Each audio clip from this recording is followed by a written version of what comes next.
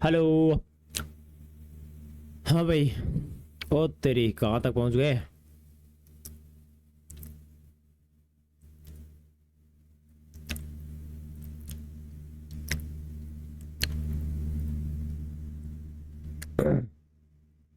तो आज अपन 9th का लेते हैं क्लास, ठीक है? ओके। मजा हो गया, 100 भी आ गया।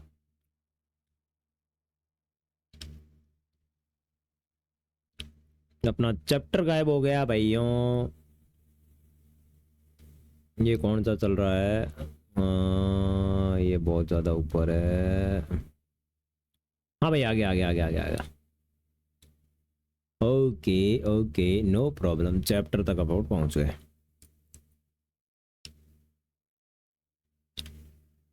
तो मैंने अभी थोड़ी देर पहले आपकी क्लास स्टार्ट की थी, बट मैं आपका फिर से वेलकम कर लेता हूं क्योंकि लाइट जाने की वजह से पूरा डिसमिस हो गया। हाँ भाई, तो स्वागत है आप सभी का लक्स क्लासेस बालोतरा के यूट्यूब चैनल में। आप देख रहे हैं लक्स क्लासेस बालोतरा, जिसके अंदर आपकी कक्षा 9 की विषय भूगोल की पुस्तक समकालीन भारत 1 के दूसरे पार्ट, जिसका नाम है भारत का भौतिक स्वरूप के बारे में आज तीसरी क्लास है, उसके संदर्भ में बातचीत करेंगे। इससे पहले 2 क्लास हुई है जो अपने यूट्यूब चैनल की प्लेलिस्ट क्लास 9th करके दी हुई है, वहां से आप देख सकते हैं, ठीक है? तो मैं सीधा ही पढ़ाना शुरू कर देता हूं। ओके, आप कहें तो मैं इसको मिटो देता हूं, है ना? ये लो, चलो फिर से साथ साथ समझेंगे और पढ़ेंगे कि ये मैंने पहले समझाया था, तो इसको मार देते हैं गोली। ओके, उत्तरी मैदान। उत्तरी मैदान 3 प्रमुख नदी प्रणाली, जिसके अंदर सिंधु 3 प्रमुख नदी प्रणालियों से बनता है। कौन कौन सी नदी?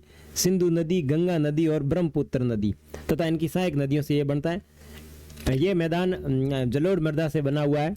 कैसी मृदा से बना हुआ है? जलोढ़ मृदा से बना हुआ है, और लाखों वर्षों में हिमालय के गिरिपाद में स्थित बहुत बड़े बेसिन द्रोणी में जलोढ़ों का निक्षेप हुआ है, और जिससे इस उपजाऊ मैदान का निर्माण हुआ है। इसका विस्तार 7 लाख वर्ग किलोमीटर के क्षेत्र पर यह मैदान लगभग 2400 किलोमीटर तक लंबा तथा 240 मीटर आपके ये जो है चौड़ा है। देखो कितना डेरो है। तो अटे अपन 2-3 चीज़ें देखनी है। तो मैं थान पहले मैप बताऊँ कि स्थिति कई जगह। तो मैप अपने पुरानी आगे देख लो। अब देखो, और तो ना पीलो पीलो दिखे नहीं, पीलो पीलो ओ इलाको है, और पूरे हिमालय को। अब इन हिमालय में नदियों दिखे, देखो आ देखो गंगा नदी, थार किताब में दिखती हुई था ना, आ गंगा नदी, ठीक है? ये आ ब्रह्मपुत्र नदी, ठीक है? और आ सिंधु नदी। 3 प्रमुख नदियों है, और उनकी सहायक नदियां जैसे सिंधु की सहायक नदी झेलम, रावी, सतलुज। उसके बाद में गंगा में यमुना है, चंबल है, घाघरा है, सोन नदी है, गंडक है, कोसी नदी। ए हैंग नदियों मिल पर लगभग तो नहीं, ओ इतु ले परो आप के करो, थोड़ा पेन चेंज करो, इन बराबर दिखे नहीं रहो, मजो नहीं आ रहा। ए अरे बायड़ा ओपन हो जाए यार। ओके, ओ पेन ले लो और आप बनाओ। अब इंगी रेल बनाओ। ए ओ इलाको दिखे था ने, अठौलेर अठौलेर अठौलेर और अठे तक ओ पूरू पूरू इलाको है, ओ हैंग उत्तरी मैदान को इलाको।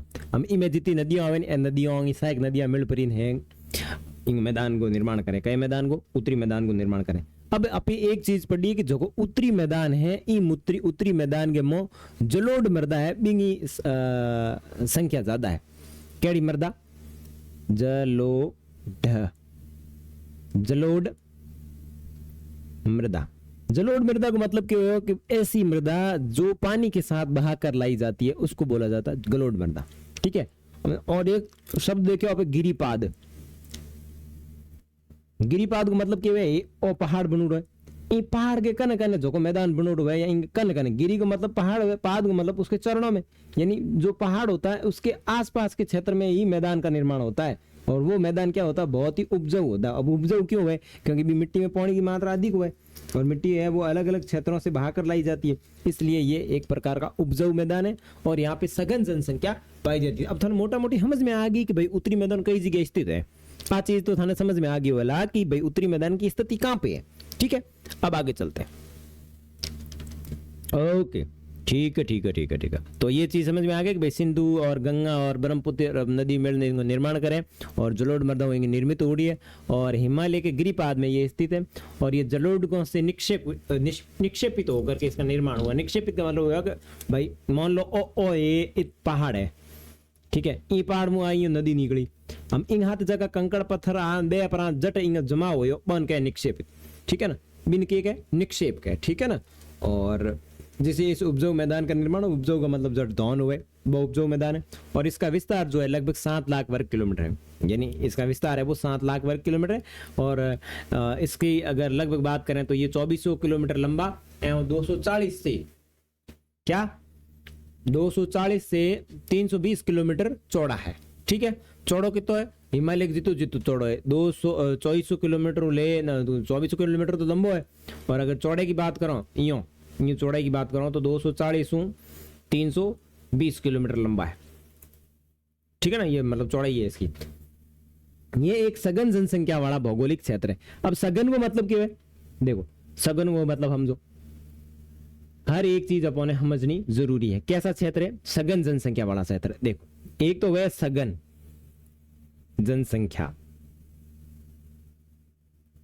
ठीक है, और एक वह विरल जनसंख्या,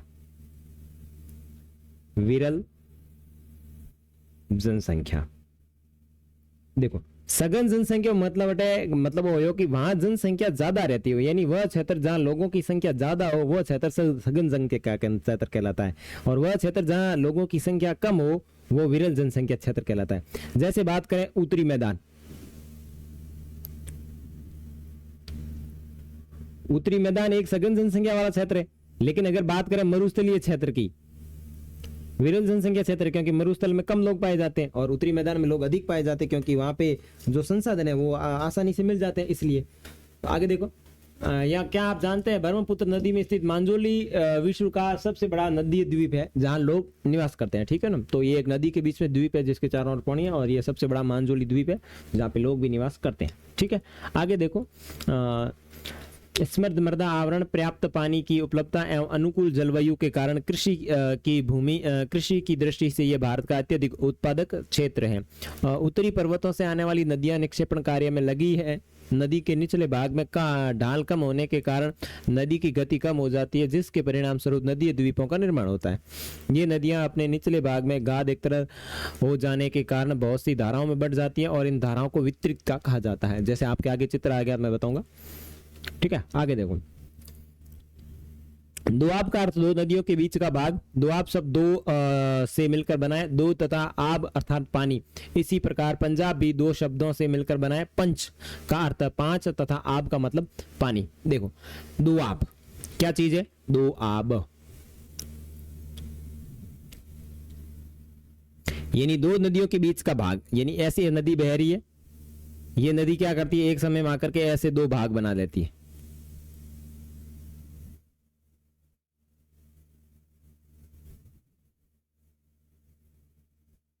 फिर आकर के मिल जाती है। तो ये जो भाग है वो क्या कहलाता है, दोआब कहलाता है, ठीक है ना। यानी दो नदियों के बीच का भाग, एक नदी ऐसे बह रही है और एक नदी ये यहाँ पे बह रही है, और अब ये जो बीच का भाग है फिर ये एक नदी में बन जाता है, तो यहाँ पे बीच का जो भाग रहता है वो दोआब कहलाता है, ठीक है ना। और दो का मतलब होता है मतलब दो तथा आब यानी पानी, यानी दो का मतलब होता है दो और आब का मतलब होता है पानी। और उसी प्रकार पंजाब भी है जो जिसके पीछे आब लगा होता है ना, वो पानी से मिलकर बना हुआ क्षेत्र होता है। जैसे पंच आब, पंच का मतलब पांच, आब का मतलब पानी, यानी 5 प्रकार की नदियों से मिलकर बना हुआ क्षेत्र है वो पंजाब कहलाता है, ठीक है ना। ओके, आगे देखो, उत्तरी मैदान को मोटे तौर पर 3 उपवर्गों में विभाजित किया जाता है। उत्तरी मैदान के पश्चिमी भाग को पंजाब का मैदान कहा जाता है। देखो उत्तरी मैदान के पश्चिम का भाग जो है उसको पंजाब का मैदान कहा जाता है।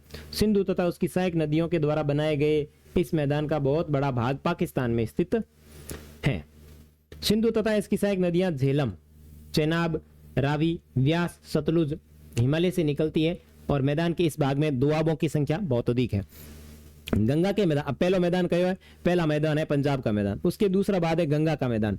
गंगा के मैदान का विस्तार घग्गर तथा तीस्ता नदियों के बीच है और ये उत्तरी भारत के राज्य हरियाणा, दिल्ली, उत्तर प्रदेश, बिहार, झारखंड के कुछ भाग तथा पश्चिम बंगाल में फैला हुआ है। और ब्रह्मपुत्र का मैदान, उसके बाद में तीसरा है ब्रह्मपुत्र का मैदान, इसके पश्चिम विशेषकर असम में स्थित है। तो 3 भागों में विभाजित किया जाता है उत्तरी मैदान को। कैसे कैसे, तो मैं वापस मैप के अंदर चलता हूँ और आपको बताता हूँ मैप के अंदर, ताकि आपको अच्छे से इसका विभाजन समझ में आ जाए। तो इस घाटूड़िए पेन को मैं मिटा देता हूँ, ठीक है, और मैं यहां से कोई पेन ले लेता हूं। देखो अभी सिंधु नदी के कन कन जितो ही थारे हैंग बने नहीं और डेरो इतालो यो मैटर, ठीक है ना। यो मैटर कोई थाने दिख के पूरो पूरो ओ कयो डेरो है ओ पंजाब हिमालय, ओ पूरो पूरो पंजाब मैदान, ठीक है। इंग बाद में गंगा नदी के बीच ओ क्षेत्र है ओ है गंगा को मैदान, और इंग कने अटे ब्रह्मपुत्र वाला जो मैदान है वो ब्रह्मपुत्र को मैदान, ठीक है। तो 3 भागों में विभाजित हुआ है। पहलो पंजाब जके को विस्तार आधे हलो पाकिस्तान में, देखो पाकिस्तान एक नहीं हटे पाकिस्तान में, दूसरा है अपने भारत में। समझ में आ गया? मेरी भाषा तो समझ में आ रही है ना, मतलब ऐसा नहीं हो कि मैं इस तरीके से भाषा बात कर रहा हूँ ना आपके समझ में नहीं आए कि सर आप क्या बोल रहे हो, ठीक है, ओके। हाँ, उत्तरी मैदान की व्याख्या सामान्यतः इसके उच्चावचों के बिना किसी विविधता वाले समतल स्थल के रूप में की जाती है। यह सही नहीं है। इन विस्तृत मैदानों की भौगोलिक आकृति में भी विविधता है। आकृति विभिन्नता के आधार पर उत्तरी मैदानों को 4 भागों में विभाजित किया जा सकता है। नदियां पर्वत से नीचे उतरते समय शिवालिक की ढाल पर 8 से 16 किलोमीटर की चौड़ी पट्टी में गुटिका का निक्षेपण करती है, जिसे भाबर कहा जाता है। अब जो ही पहाड़ियों नदी नीचे निकले नहीं तो 8 उलेन 16 किलोमीटर तक एक चौड़ी पट्टी को निर्माण करे और इसे भाबर के नाम से जाना जाता है। सभी सरिताएं इस भाबर पट्टी में विलुप्त हो जाती है और इस पट्टी के दक्षिण में सरिताएं एवं नदियां पुनः निकलती है एवं नम दलदली क्षेत्र का निर्माण करती है, जिसे तराई कहा जाता है। अब जो ही पहाड़ नदियों निकले तो पहाड़ नदियों पहाड़ के मुंह बढ़ जाए तो मतलब अंदर चली जाती है, तो अंदर चले जाने वाले क्षेत्र को कहा जाता है भाबर, ठीक है। और जब ये इसके अंदर से होती हुई बाहर निकलती दिखाई देती है, जहां दलदली भूमि का निर्माण करती है, उसे कहते हैं तराई, ठीक है, तराई कहा जाता है। और वह वन्य प्राणियों से भरा घना जंगलों वाला क्षेत्र होता है। और बंटवारे के बाद पाकिस्तान से आए शरणार्थियों को कृषि योग्य भूमि उपलब्ध कराने के लिए इस जंगल को काट दिया गया और इस क्षेत्र में दूधवा राष्ट्रीय पार्क स्थापित हैं, वो भी अपने को ज्ञात करना है मानचित्र देख के, ठीक है। उत्तरी मैदान का सबसे विशालतम भूभाग पुराने जलोढ़ का बना हुआ है और यहाँ पे जो उत्तरी मैदान है इसका विशाल भाग पुराने जलोढ़ से बना हुआ है और वे नदियों के बाढ़ वाले मैदान के ऊपर स्थित तथा वेदिका जैसी आकृति प्रदर्शित करते हैं। इस भाग को भांगर कहा जाता है, ठीक है, के नाम से जाना जाता है। इस क्षेत्र की मृदा में चुनेदार निक्षेप पाए जाते हैं, जिसे स्थानीय भाषा में कंकड़ कहा जाता है। अब चुनेदार निक्षेप पाए जाते हैं मतलब छोटे छोटे कंकड़ पत्थर पाए जाते हैं, जिनको क्या कहा जाता है, कंकड़ कहा जाता है। बाढ़ वाले मैदान में नए तथा युवा निक्षेपों को खादर कहा जाता है। जो नई मिट्टी आती है ना उसको खादर कहा जाता है और इनका लगभग प्रत्येक वर्ष जो पुनर्निर्माण होता है, इसलिए ये उपजाऊ होते हैं तथा इसे गहन खेती के लिए आदर्श माना जाता है। तो ये था आपके उत्तरी मैदान। उत्तरी मैदान के बाद में अब अपन देखते हैं प्रायद्वीपीय पठार। पठार जो होता है वो जमीन से थोड़ा ऊपर उठा हुआ भाग होता है, लेकिन ऊपर से समतल होता है, ठीक है। तो आगे देखो, प्रायद्वीपीय पठार एक मेज की आकृति वाला स्थल है, जैसे कि आपकी टेबल होती है उसके जैसा होता है, जो पुराने क्रिस्टलीय आग्नेय तथा रूपांतरित शैलों से निर्मित होता है। यह गोंडवाना भूमि के टूटने एवं अफवाह के कारण बना। अब मैंने आपको बताया ना गोंडवाना लैंड और अंगारा लैंड, तो गोंडवाना लैंड भूमि के टूटने से किसका निर्माण होता है, प्रायद्वीपीय पठारी भाग का निर्माण होता है, और अंगारा लैंड के टूटने से हिमालय पर्वत का निर्माण होता है, वो चीज है, ठीक है ना। तो ये गोंडवाना लैंड टूटने की अफवाह और इनसे निर्मित होता है तथा यही कारण है कि यह प्राचीनतम भूभाग का एक हिस्सा है। इस पठारी भाग में चौड़ी तथा सिसली घाटियां हैं, जैसे देखो ये आपका पठारी भाग दिख रहा है, देखो ऊपर से बिल्कुल मेज की जैसा दिख रहा है, गोलाकार पहाड़ियां। इस प्रकार के 2 मुख्य भाग मध्य उच्च भूमि, क्या चीज, मध्य उच्च भूमि तथा दक्कन का पठार। नर्मदा नदी के उत्तर में प्रायद्वीपीय पठार का वह भाग जो कि मालवा के पठार के अधिकतर भागों में फैला है, उसे मध्य उच्च भूमि के नाम से जाना जाता है। विंध्य श्रृंखला दक्षिण में सतपुड़ा, यहाँ देखो यहाँ विंध्य श्रृंखला स्थित है और दक्षिण में सतपुड़ा है, श्रृंखला तथा उत्तर पश्चिम में अरावली से घिरी हुई है। यानी ये जो अपना प्रायद्वीपीय पठारी भाग है, इसको दक्कन का पठार या मध्य उच्च भूमि, इसके दो भाग है और इसके अंदर इसको मध्य उच्च भूमि कहा जाता है और इसके अंदर विंध्य श्रृंखला, दक्षिण में सतपुड़ा और श्रृंखला और उत्तर पश्चिम के अंदर बात करें तो अरावली पहाड़ी स्थित है। पश्चिम में ये धीरे धीरे राजस्थान की बलुई तथा पथरीले मरुस्थल से मिल जाता है। इस क्षेत्र में बहने वाली नदियां, अब देखो इसके अंदर कौन सी नदियां हैं, चंबल, सिंध, बेतवा, कौन दक्षिण पश्चिम में उत्तर पूर्व की तरफ बहती है। इस प्रकार वे इस क्षेत्र के ढाल को दर्शाती है। मध्य उच्च भूमि पश्चिम में चौड़ी लेकिन पूर्व में संकीर्ण है। इस पठार के पूर्वी विस्तार को स्थानीय रूप से बुंदेलखंड या बघेलखंड के नाम से जाना जाता है। तो बुंदेलखंड और बघेलखंड किसके उपनाम है, तो प्रायद्वीपीय पठार के उपनाम है। इसके और पूर्व के विस्तार को दामोदर नदी, इसके पूर्वी विस्तार को दामोदर नदी द्वारा अपवाहित छोटा नागपुर पठार दर्शाता है। दक्षिण का पठार एक त्रिभुजाकार भूभाग है, यानी दक्षिण के अंदर जो आपका प्रायद्वीपीय पठार स्थित है, जैसे कि ये इस तरीके से, तो ये पूरा इलाका है, ये पूरा प्रायद्वीपीय पठार का भाग है। तो इसका जो आकार है वो कैसा है, त्रिभुज आकार है, जो नर्मदा नदी के दक्षिण के अंदर स्थित है। ठीक है ना, ये नर्मदा नदी के दक्षिण में स्थित है और इसके चौड़े आधार एवं सतपुड़ा की श्रृंखला, जबकि महादेव, कैमूर की पहाड़ी तथा मेकाल श्रृंखला इसके पूर्वी विस्तार के अंदर स्थित है। भारत के भौतिक मानचित्र पर इन पहाड़ियों एवं श्रृंखलाओं की स्थिति को ज्ञात करें। दक्षिण का पठार पश्चिम में ऊंचा एवं पूर्व की ओर कम ढाल वाला है। दक्षिण का पठार जो है पश्चिम में ऊंचा है एवं पूर्व की ओर कम ढाल वाला है। इस पठार का एक भाग उत्तर पूर्व में देखा जा सकता है, जिसे स्थानीय रूप में मेघालय या कार्बी एलोंग पठार के नाम से जाना जाता है। तो देखो इसका विस्तार मेघालय तक भी है। ठीक है, और मेघालय में इसका एक पठार स्थित है जिसका क्या नाम है, कार्बी एलोंग पठार। उत्तर कचार पहाड़ी के नाम से भी जाना जाता है। यह एक भ्रंश के रूप में छोटा नागपुर पठार से अलग हो गया। पश्चिम से पूर्व की ओर तीन महत्वपूर्ण श्रृंखलाएं कौन कौन सी है इसकी, गारो, खासी और जयंतियां। दक्षिण के पठार के पूर्वी एवं पश्चिमी सिरे पर क्रमशः पूर्वी तथा पश्चिमी घाट स्थित है। देखो अब इसके सिरों के ऊपर पूर्वी तथा पश्चिमी घाट है, इस तरीके से ये फैला हुआ है। तो इधर ये आपका पूर्वी घाट है और इधर ये पश्चिमी घाट है। पश्चिमी घाट पश्चिम तट के समांतर स्थित है। वे सतत तथा उन्हें केवल दर्रों के द्वारा ही पार किया जा सकता है। भारत के भौतिक मानचित्र में थाल घाट, भोर घाट तथा पाल घाट की स्थिति ज्ञात करेंगे। ठीक है, पश्चिमी घाट पूर्वी घाट की अपेक्षा ऊंचा है और जो पश्चिमी घाट है वो पूर्वी घाट की अपेक्षा ऊंचा है। पूर्वी घाट 600 मीटर की औसत ऊंचाई की तुलना में और पश्चिमी घाट जो है वो 900 से 1600 मीटर की ऊंचाई पर है। पूर्वी घाट का विस्तार महानदी घाटी से दक्षिण में नीलगिरी तक, पूर्वी घाट का विस्तार सतत नहीं है, यह अनियमित है एवं बंगाल की खाड़ी में गिरने वाली नदियां इनको काट देती है। पश्चिमी घाट में पर्वतीय वर्षा होती है।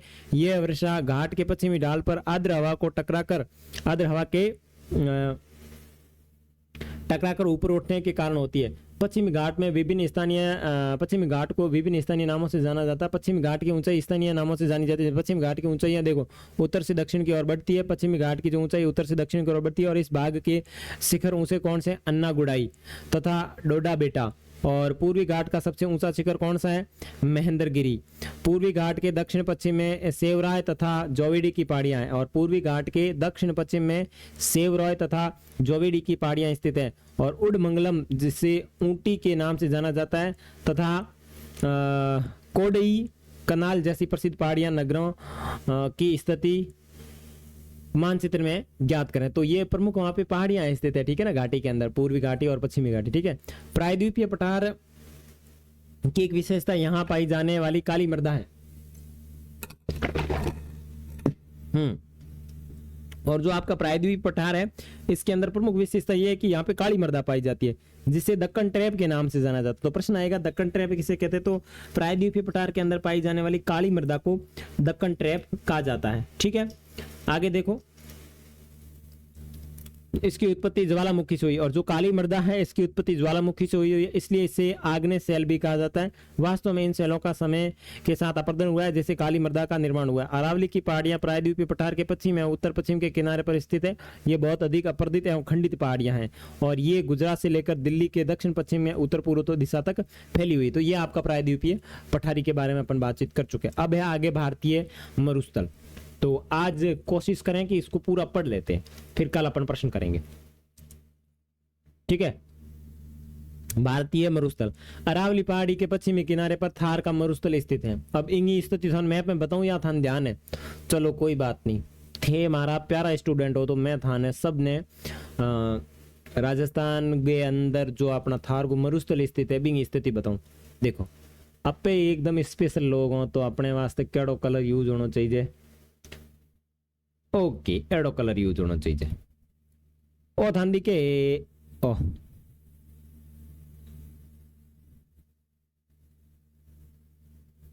और उन्हें पाकिस्तान में फैलूड़ो है। ओ इतो डेरो पूरो पूरो के है भारतीय महामरुस्थल है। इनकी नाम क्या है? इनके भारतीय महामरुस्थल। और भारत के कई दिशा में बताओ? आ पूर्वी दिशा, आ जो है वो पूर्व दिशा है, तो आ कई दिशा हो जी? पश्चिम दिशा। Very good. कौन सी दिशा? पश्चिम दिशा। थे सब होशियार टाबर हो यार। Okay very good.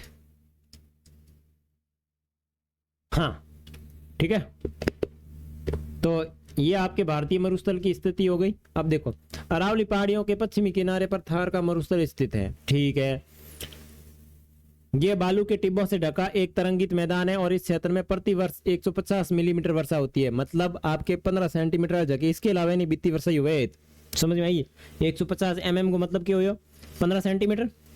ठीक है, से भी कम वर्षा होती है। इस शुष्क जलवायु क्षेत्र में वनस्पति बहुत कम है। वर्षा ऋतु में ही कुछ सरिताएं दिखती है। सरिताओं का मतलब है नदी दिखती है, और इसे उसके बाद वे बालू में विलीन हो जाती है। यानी कुछ नदियां वहां पे निकलती है लेकिन वो बड़ा बेपरान पौनी मोई गायब हो जाए पठाई गुण बड़ा कित गया। उसके बाद में देखो पर्याप्त जल नहीं मिलने से समुद्र तक नहीं पहुंच पाती है। केवल लूणी नदी इस मात्र की सबसे बड़ी नदी है, जो कि मैं जहां से पढ़ा रहा हूं वहां से थोड़ी किलोमीटर की दूरी पर बह रही है, लगभग 3 किलोमीटर की दूरी पर बह रही है। ठीक है, उसके बाद में बरखान। यहाँ पे बरखान का मतलब होता है अर्ध चंद्राकार बालू के टीले जो होते हैं, इनके विस्तार अधिक है, जिनको क्या कहा जाता है? बरखान कहा जाता है। लेकिन लंबवत टीले भारत पाकिस्तान सीमा के समीप प्रमुखता से पाए जाते हैं। ठीक है, और उसके बाद में देखो ये रहा, ये इस तरीके का दोहरा देखा तो ना, दोहरा अहंग बरखान है, एक ये सब बरखान है। यानी अर्ध चंद्राकार जो टीले होते हैं बालू के, अर्ध चंद्राकार बालू के टीले। आगे देखो, यदि आप जैसलमेर जाएं तो बरखान के समूह देख सकते हैं। देखो अगर थे बस जैसलमेर घूमने गया तो जैसलमेर में सम का दौरा देखे आनी, बहंग अर्ध चंद्राकार बालू के टीले हैं। तो इसके अंदर इतनी ज्यादा कोई खास विशेषता है नहीं। फिर आगे बढ़ते हैं। देखो तटीय मैदान, प्रायद्वीपीय पठार के किनारे मतलब किनारों यानी संकीर्ण तटीय पट्टियों का विस्तार यह पश्चिम में अरब सागर से लेकर पूर्व में बंगाल की खाड़ी तक विस्तृत है। तो मैं था आ चीज मैप में बताऊं, ठीक रहे, क्योंकि मैप में थे अच्छी तरीके से समझो। तो वापस आप अपनी पुस्तक के अंदर मैप पलटो, जहां पे भारत के प्रायद्वीपीय क्षेत्र और ये सारे भौगोलिक प्रदेशों के नाम दिए हुए। आ गया? Very good. कितना मस्त छोरा थे, मतलब टाबर सब, लड़का लड़कियां सब बढ़िया किताबों देख रहा है, पन्ना फुल रहा है। देखो ओ तो उग्यो ठंडा है प्रायद्वीपीय पठार ओ, लेकिन ओ जो को किनारा वाला भाग है नी, अठों ले और ठेठ अट तक इनके तटीय मैदान। ठीक है, यहां पे कौन है? अरब सागर, और यहां पे कौन है? बंगाल की खाड़ी। यानी अरब सागर लेन कट तक बंगाल की खाड़ी तक जो क्षेत्र स्थित है वो कौन सा है? तटीय मैदान। अब थानी स्थिति पता लागी, दक्षिण प्रायद्वीपीय पठार रहेंगे, दक्षिण में है, पूर्व में है या उत्तर में? तो दक्षिणी प्रायद्वीपीय पठार के दक्षिण दिशा के अंदर स्थित है। ठीक है, तो चलो वापस सारी चीजें मैं बता देता हूं आपको, इसके अंदर क्या क्या चीजें अपने हैं इंपॉर्टेंट, फिर मैं आपको लिखवा दूंगा आपके प्रश्न। ओके, देखो तटीय मैदान हो गया, प्रायद्वीप पठार के किनारों संकीर्ण तटीय पट्टियों का विस्तार है। यह पश्चिम में अरब सागर से लेके पूर्व में बंगाल की खाड़ी तक विस्तृत है। पूरा देख लिया। पश्चिमी तट, पश्चिमी घाट तथा अरब सागर के बीच स्थित संकीर्ण एक मैदान है, और इस मैदान को 3 भागों में बांटा जाता है। तट के उत्तरी भाग को कोकण। अब देखो ये तरीके की स्थिति बनूड़ी है, उन्हें अरब सागर है। अब वो अरब सागर वालों जो को पश्चिमी ओ अड़ने भाग है इनके पश्चिमी तट, और जो को भाग है इनके पूर्वी तट। समझ में आयो भाई? जैसे मैं यहाँ पे ए और बी लिख देता हूँ यहाँ पे। अरे भाई सब गयो प्रो पाचो लाना पड़ी। हाँ जैसे ओ ए वाला भाग है इनके के भाग के इनके पश्चिमी तट, ठीक है। और जो को बी वाला पार्ट है अड़ लिखे में नाम, बी वाला जो को भाग है इनके पूर्वी तट। दोनों तट समझ में आ गया। अब ये जो पश्चिमी तट है यानी ए नंबर मैंने जो लिखा था, इस पश्चिमी तट को 3 भागों में बांटा जाता है। यानी इसके अरब सागर की तरफ जो है इसको 3 भागों में बांटा जाता है। कौन कौन से भागों में बांटा जाता है? देखो मुंबई तथा गोवा के मध्य जो भाग है यानी यहाँ पे उत्तरी वाला जो भाग है उसको कहा जाता है कोंकण का तट, ठीक है, जिसके अंदर मुंबई तथा गोवा आते हैं। उसके बाद में मध्य का जो भाग है यानी यहां से यहां तक जो मध्य का भाग है इसको कहा जाता है कन्नड़ का मैदान, ठीक है। दक्षिण भाग को मालाबार तट कहा जाता है, और ये जो भाग है यहाँ पे इसको कहा जाता है मालाबार तट। तो कितने भाग हो गए? कोंकण जो उत्तर में है, मध्य में जो है उसको कन्नड़, और दक्षिण में जो है उसको मालाबार कहा जाता है। बंगाल की खाड़ी के साथ विस्तृत मैदान चौड़ा एवं समतल है। उत्तरी भाग में इसे उत्तरी सरकार कहा जाता है। बंगाल की खाड़ी लगभग अटे, तो ओ जो उत्तरी भाग वालों जो तट है इनके उत्तरी सरकार के कहे उत्तरी सरकार के, जबकि दक्षिण भाग को कोरोमंडल तट कहा जाता है। और यहाँ जो पश्चिमी घाट जो पूर्वी घाट है इसको क्या कहा जाता है? कोरोमंडल तट कहा जाता है। तो दोनों चीजें ध्यान रखना, पूर्वी घाट और पश्चिमी घाट। पूर्वी घाट को 2 भागों में बांटा जाता है जो आपकी बंगाल की खाड़ी के सहारे फैला हुआ है, जिसके अंदर उत्तरी भाग उत्तरी सरकार और दक्षिणी भाग कोरोमंडल तट। लेकिन पश्चिमी जो तट है वो आपके अरब सागर के साथ विस्तृत है, जिसको 3 भागों में बांटा जाता है। उत्तरी भाग कोंकण, मध्य का भाग कन्नड़ और दक्षिण का भाग मालाबार तट कहलाता है, ठीक है। तट के नाम से जाना जाता है बड़ी नदियां जैसे महानदी, गोदावरी। ये देखो तटीय मैदान के अंदर लोग चावल की खेती कर रहे हैं। ये देखो कितने शानदार शानदार पौधे हैं, और यहाँ देखो चावल की खेती कर रहे हैं। ये देखो महिलाएं यहाँ पे खेती कर रही है, बच्चियां हैं। आगे देखो कृष्णा तथा कावेरी इस तट पर विशाल डेल्टा का निर्माण करती है। कौन सी नदियां? देखो महानदी जैसे बात करें गोदावरी, गोदावरी के बाद में आपकी कृष्णा नदी, कृष्णा नदी के बाद में कावेरी इस तट पर डेल्टा का निर्माण करती है। और डेल्टा जब नदी में देखो यहाँ से ऐसे नदी बहती है और यहाँ ये समुद्र है, ठीक है ना, बंगाल की खाड़ी है, और यहाँ मिलने से पहले ये नदी ऐसे ऐसे फैल जाती है। जैसे कि आपका तीसरा पार्ट अफवाह तंत्र वाला है तो उसके अंदर बहुत अच्छे तरीके से अपने इन चीजों को समझेंगे, ठीक है ना। तो वहां आपके बढ़िया दी हुई है, कोई टेंशन की बात है नहीं, ठीक है ना। डेल्टा का निर्माण करती है। चिल्का झील पूर्वी तट पर स्थित एक महत्वपूर्ण भूलक्षण वाली झील है। देखो चिल्का झील भारत में खारे पानी की सबसे बड़ी झील है और यह उड़ीसा में महानदी डेल्टा के दक्षिण में स्थित है। देखो चिल्का झील कहाँ है? चिल्का झील भारत के अंदर खारे पानी की सबसे बड़ी झील है और यह उड़ीसा में महानदी डेल्टा के दक्षिण में स्थित है। उसके बाद में है द्वीप समूह। ये भारत के अंतिम जो क्या नाम है उसका भौगोलिक प्रदेश है या भौतिक स्वरूप है, उसके अंदर अंतिम स्थान वाला है, यानी द्वीपीय क्षेत्र। अब ऐसा क्षेत्र जिसके चारों ओर पानी हो उसको द्वीप कहते हैं। जैसे कि ये दिख रहा है आपको, ये एक द्वीप है। क्यों द्वीप है? क्योंकि इसके चारों ओर पानी। देखो आप पहले ही देख चुके हैं कि भारत का मुख्य स्थल भाग अत्यधिक विशाल है और इसके अतिरिक्त भाग में 2 द्वीप समूह का नाम स्थित है। क्या आप इन द्वीप समूह को पहचान सकते हैं? देखो अंडमान निकोबार द्वीप समूह और लक्षद्वीप समूह, नाम सुना है कि नहीं सुना है? मैंने शायद आपको पहले अध्याय में इनकी स्थिति बहुत अच्छे तरीके से बताई थी। इसके लिए अगर आपने अभी तक पहला अध्याय नहीं पढ़ा है तो आप प्लीज पहले आपने लक्ष्य क्लासेस यूट्यूब चैनल को सब्सक्राइब करें, और सब्सक्राइब करने के बाद आप क्या करें, प्ले लिस्ट में जाएं और वहां पे आपको प्ले लिस्ट दिखेगी क्लास 9 और आपकी किताब का नाम लिखा हुआ होगा, और उसमें एक वीडियो से स्टार्टिंग करें। पहले वीडियो से दूसरे वीडियो, फिर दूसरों से तीसरा वीडियो, ऐसे नहीं बीच में से उठा के देखोगे तो आपको समझ में नहीं आएगा। पहले अध्याय से आप देखोगे तो आपको बढ़िया अच्छी तरीके से समझ में आएगा, ठीक है ना। चलो आगे देखो। केरल के मलाबार तट के पास स्थित लक्षद्वीप की स्थिति को ज्ञात कीजिए। और द्वीपों का यह समूह छोटे से प्रवाल द्वीपों से बना हुआ। देखो ये जो लक्षद्वीप समूह है ये छोटे से प्रवाल द्वीपों से बना हुआ है। पहले इनको लकाद्वीप या मिनिकाय तथा एमिनी द्वीप के नाम से जाना जाता था। 1973 में इनका नाम लक्षद्वीप रखा गया। ये 32 वर्ग किलोमीटर के छोटे से क्षेत्र में फैला हुआ है। और कावरंती द्वीप लक्षद्वीप का प्रशासनिक मुख्यालय, यानी जो आपका लक्षद्वीप है उसकी राजधानी है कावरंती द्वीप, ठीक है ना। और इस द्वीप समूह पर पादप जंतु के बहुत से प्रकार पाए जाते हैं। और पटेली द्वीप जहां मनुष्य का निवास नहीं है लेकिन वहां पे एक पक्षी अभ्यारण्य पाया जाता है। तो ये पटेली द्वीप जो है वो आपके लक्षद्वीप के अंदर स्थित है, ठीक है। और अब बंगाल की खाड़ी में उत्तर से दक्षिण की तरफ फैले द्वीपों की श्रृंखला की ओर ध्यान दें। ये अंडमान एवं निकोबार द्वीप है। ये दक्षिण समूह में आकार में बड़े संख्या में बहुत बहुल बिखरे हुए हैं। यह द्वीप समूह मुख्यतः दो भागों में बांटा गया है, उत्तर में अंडमान तथा दक्षिण में निकोबार। तो जो अंडमान जो भाग है वो उत्तर के अंदर स्थित है और दक्षिण में जो स्थित है वो निकोबार है। ये माना जाता है कि यह द्वीप समूह निम्नलिखित पर्वत श्रेणियों के शिखर है और ये द्वीप समूह देश की सुरक्षा के लिए महत्वपूर्ण है। इन द्वीप समूहों में पाए जाने वाले पादप जंतुओं में बहुत अधिक विविधता है और ये द्वीप विषुवत के समीप स्थित है और यहाँ की जलवायु विषुवतीय तथा घने जंगलों से आच्छादित है। अब विषुवत वर्त क्या होता है अपने दिमाग के अंदर लाओ, जो कि मैंने आपको पहले पार्ट में पढ़ाया था। उसके बाद में देखो प्रवाल क्या होता है। देखो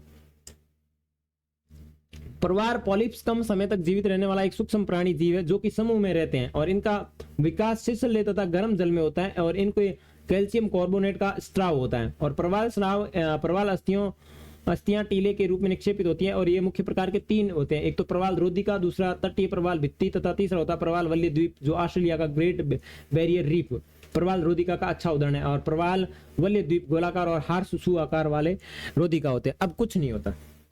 देखो भाई अपने जो लक्षद्वीप है नहीं और प्रवाल बनू रहा है। प्रवाल क्यों है? छोटे छोटे जीव है जड़ा था किताब है, किताब देखो चित्र लियो इन चित्र के ला रहे था दिखे नैना जीवड़ा हुए रे।